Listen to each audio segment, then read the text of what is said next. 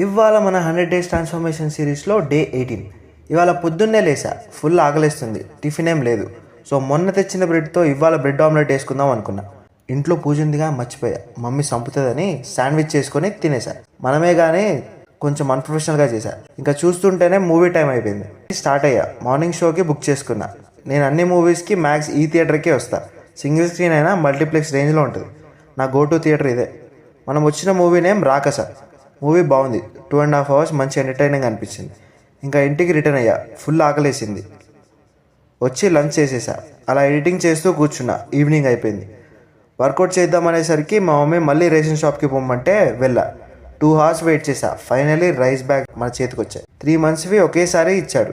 ఇప్పుడు పెద్ద టాస్క్ ఏంటంటే 180 kgs రైస్ని 5 bags ఏమో సెకండ్ ఫ్లోర్లో, 2 bags ఏమో 5th floorలో పెట్టాలి. అలా వెయిట్ లిఫ్టింగ్ కూడా అయిపోద్దని చెప్పి తీసుకొచ్చి పెట్టేశా. ఇంకా వర్కౌట్ ఈయనే అయిపోయింది. ఇంకా అలా కోల్డ్ వాటర్తో షవర్ చేసి డిన్నర్లోకి వెజ్ బిర్యానీ చేశారు. మిస్టర్ పర్ఫెక్ట్ మూవీ పెట్టుకొని చూసుకుంటూ డిన్నర్ ఫినిష్ చేసేసుకొని పడుకునేసా. 3 days హాలిడేస్ 15 అయిపోయినాయి. రేపు ఆఫీస్ పోవాలిగా.